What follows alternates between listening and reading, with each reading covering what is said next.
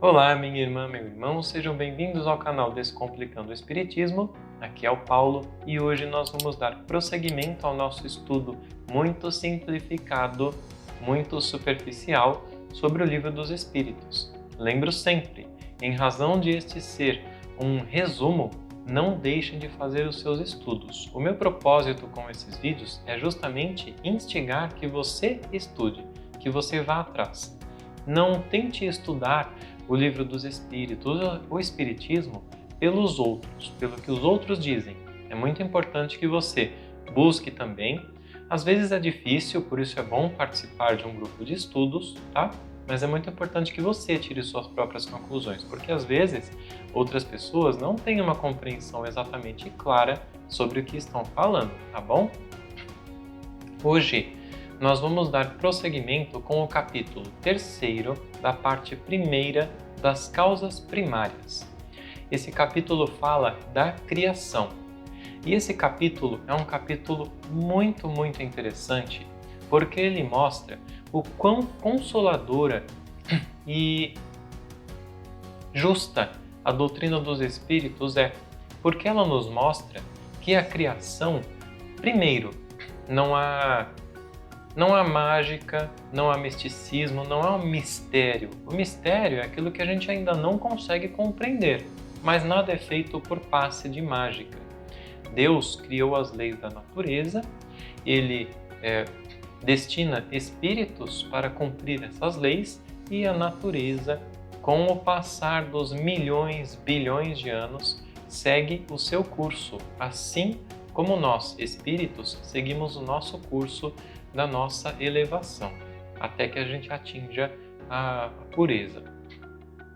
Também é muito importante ver, como a gente vai ver aqui, que a doutrina dos espíritos nos mostra que nós somos todos iguais, que nós não temos que nos sentir maiores ou menores do que os outros, que não há nenhuma motivação para existir esse orgulho de raças.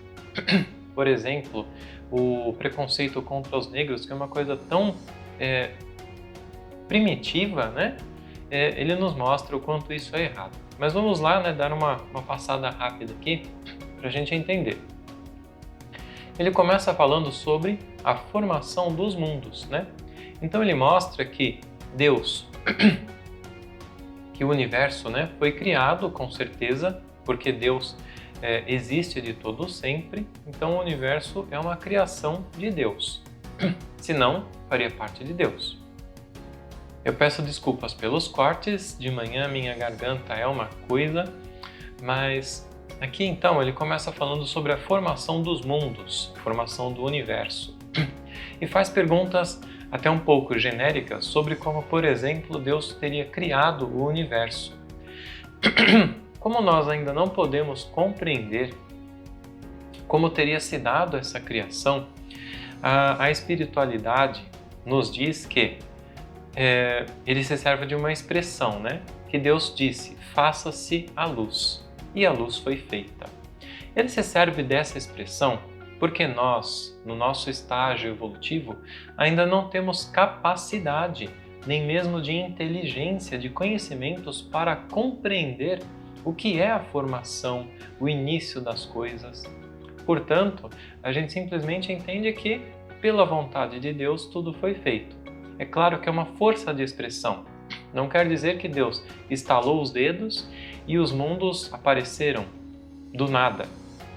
Houve, com certeza, um processo, houve uma formação de uma forma que a gente ainda não sabe precisar, mas a natureza sempre segue o seu curso, porque a natureza tem leis, e essas leis são divinas, não são à parte. Ele segue aqui falando sobre a formação dos seres vivos. Ele pergunta, por exemplo, na questão 43, né? Quando começou a Terra a ser povoada? E os espíritos nos dão uma explicação, naquela época, que, de certa forma, antecede a compreensão que se tem hoje em dia. Que é de que, no começo, tudo era o caos. Os elementos estavam em confusão. Pouco a pouco, a coisa tomou seu lugar. A apareceram então os seres vivos apropriados ao estado do globo. E hoje nós já temos na ciência humana como uma das hipóteses mais aceitáveis que realmente estava desse jeito, né? Como se o mundo estivesse, era só vulcões, era só lava.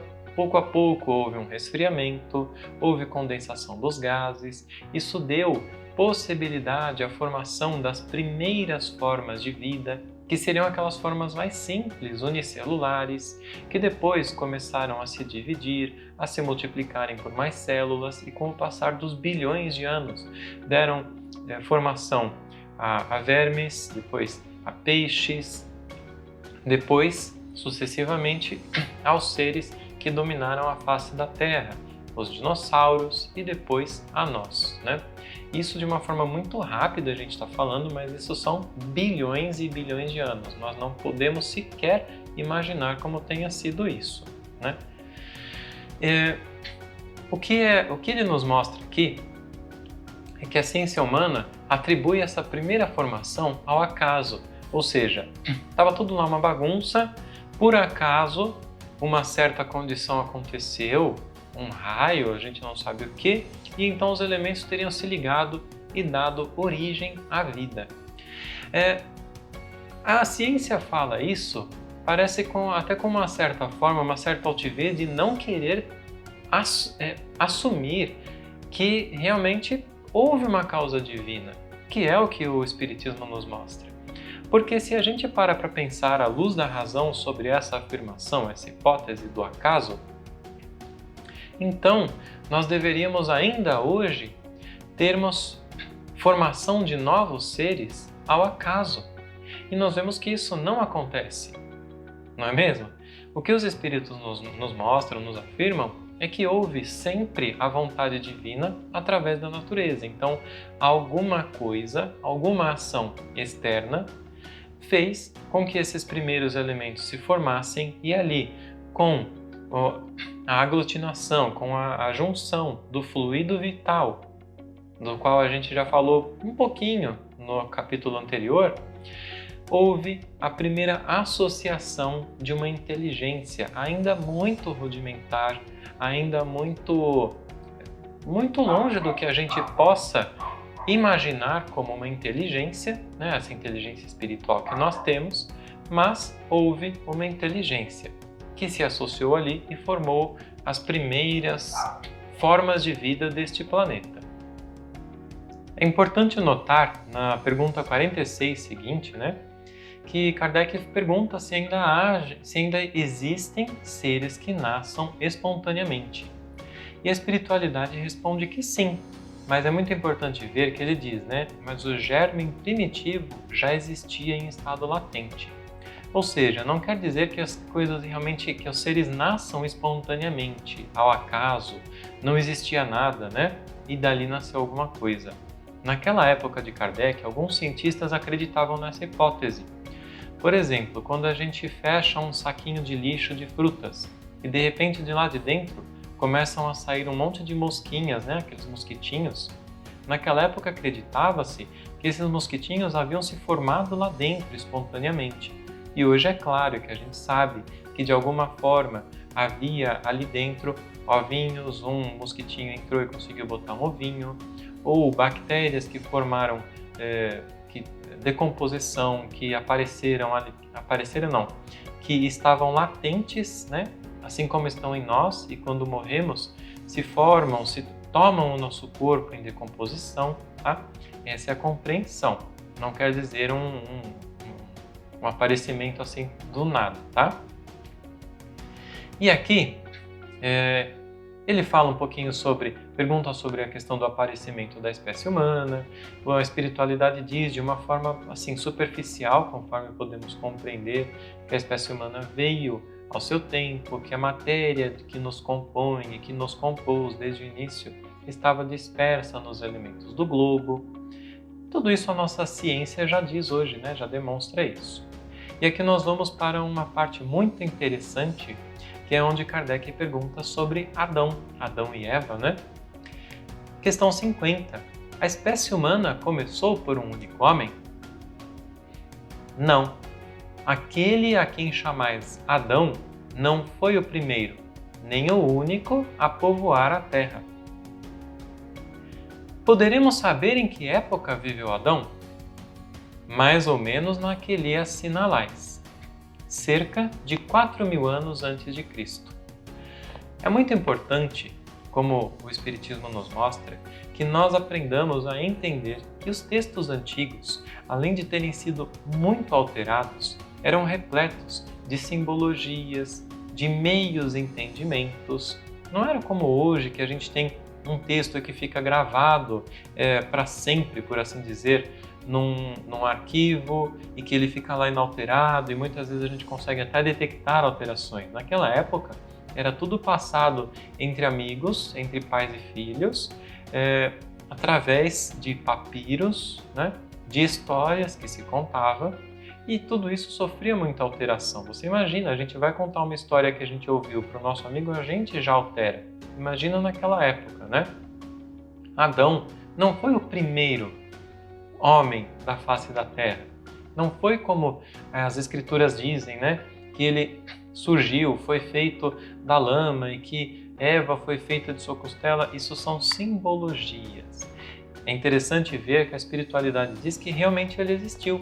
Ele serviu de exemplo para alguma coisa. A questão do que aconteceu com os filhos aconteceu de uma forma.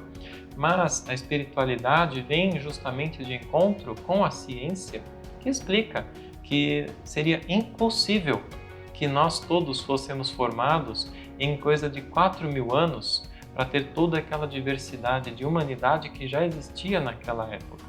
Isso é muito mais antigo, né?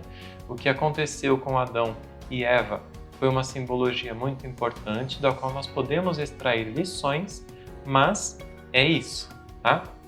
E então, ele vem falar sobre a diversidade das raças humanas, né? De onde provêm as diferenças físicas e morais que se distinguem as raças humanas na Terra? Resposta: do clima, da vida e dos costumes. Dá-se aí o que se dá com 2 filhos de uma mesma mãe, que educados longe um do outro de modos diferentes, em nada se assemelharão quanto à moral. Aí Kardec pergunta, né, se o homem surgiu em muitos pontos do globo. Sim, ele surgiu em muitos pontos do globo e em épocas diferentes, as quais nós não sabemos precisar exatamente como foi. E isso constitui uma das causas das diversidades das raças. Contudo, essas raças não constituem espécies diferentes. Certamente que não, ele responde. Todos são da mesma família. Porventura, as múltiplas variedades de um mesmo fruto são motivo para que eles deixem de formar uma só espécie? É muito importante essa compreensão e, além disso, nós sairmos dessa compreensão do terra, né? De olhar para uma pessoa negra e falar, ela não merece, ou ela é diferente, ou ela... Gente, todos nós somos espíritos. Espírito não tem cor. Ou a pessoa que é negra, a pessoa que é amarela, a pessoa que é chinesa, que seja como for, ela pode ter um espírito e muitas vezes tem muito mais adiantado, mais sábio, mais bondoso do que aquele que está vendo apenas a casca. Então não tem motivo, não tem sentido isso. No Evangelho segundo o Espiritismo tem uma mensagem, eu vou deixar ela anotada aqui embaixo, qual é porque eu não lembro agora, mas a espiritualidade diz, né, através de uma das mensagens espirituais lá, que não existe diferença, sequer existe diferença física entre o sangue do rico e o sangue do pobre, o sangue do branco e o sangue do negro. Existem diferenças cromossômicas a nível cromossômico, mas entende? A gente precisa sair disso, né? Já passamos desse estado, nós temos que entrar no estágio da espiritualidade, de compreender que somos espíritos, todos somos irmãos, filhos de um mesmo Pai, irmãos inclusive de Jesus, que veio para ensinar a toda a humanidade. Aí ele entra aqui sobre a pluralidade dos mundos, ou seja, se existem muitos mundos, né? E Kardec pergunta isso, a espiritualidade responde que sim. E o homem terreno está longe de ser, como supõe, o primeiro em inteligência, bondade e perfeição.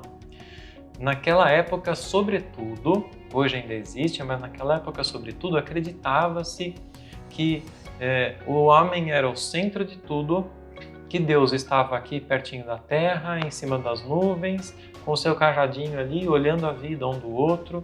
E o Espiritismo nos trouxe uma compreensão que depois a ciência também foi desenvolvendo, encontrando que o universo é infinito, que existem infinitos mundos, muitos fora da nossa faixa vibratória, que nós não podemos ver, nós não podemos ainda detectar, e que todos os mundos, sem exceção, têm a sua utilidade. Eles dizem aqui que nenhum mundo está lá à toa. Deus não faz nada à toa. Todos os espaços são habitados. E mesmo que a gente... mas em Marte, a sonda da NASA já está lá e não tem nada, só tem poeira. Tá, mas só tem poeira na faixa visível para nós. O que será que existe na vibração ou nas vibrações que nós não existimos? A espiritualidade nos conta que existem nos nossos mundos ao redor diversas colônias espirituais, diversos centros de irradiação, sendo o Sol, por isso mesmo, o centro de irradiação do governo do nosso sistema solar, de onde se irradiam a espiritualidade, de onde haja a espiritualidade mais alta. Saturno, se eu não me engano, também tem algum tipo de espiritualidade muito elevada.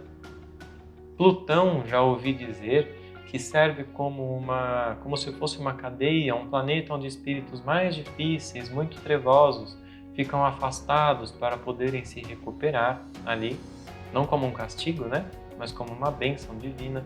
Então nada na criação divina é feito ao acaso ou só para maravilhar os nossos pobres olhos mortais. Aí ele vai terminar o capítulo aqui sobre as considerações e concordâncias bíblicas concernentes à criação, fazendo uma análise geral, trazendo isso em comparação à ciência. Kardec sempre diz que a ciência muitas vezes desacredita da religião por conta de coisas assim que estão na casca, que são relativas a esses desentendimentos, essas incompreensões, essas alterações que os textos sofreram através dos tempos. De outro lado, há espíritos humanos, muitas vezes, que se prendem muito a esses textos e não conseguem ver que eles, em grande parte, têm um fundo, mas que essa casca, essa superfície, não é exatamente a verdade, aquela coisa assim, a ferro e fogo. Então ele vai fazer uma análise sobre isso, sobre o que a Bíblia diz, sobre a criação do mundo. É muito interessante ler, Kardec é muito criterioso nessas análises, tá? Espero que vocês tenham gostado. No próximo vídeo nós vamos falar sobre o princípio vital, que eu falei mais ou menos por cima aqui. É um tema muito importante e cada vez a gente vai se adentrando mais, embora de forma resumida. Espero que vocês tenham gostado. Que Deus, que Jesus nos ilumine a todos, a você, sua família, seu ambiente de trabalho, seu ambiente mental. Não se esqueça nunca que nós não estamos sozinhos. Nosso protetor, lembre-se sempre do seu protetor, do seu anjo da guarda, que está aí do seu ladinho, guiando os seus pensamentos, tentando fazer sempre entrar aquela boa intuição, aquele pensamento de resistência ao mal, de resignação, de calma e de coragem. E sigamos sempre estudando e nos alimentando do que é bom.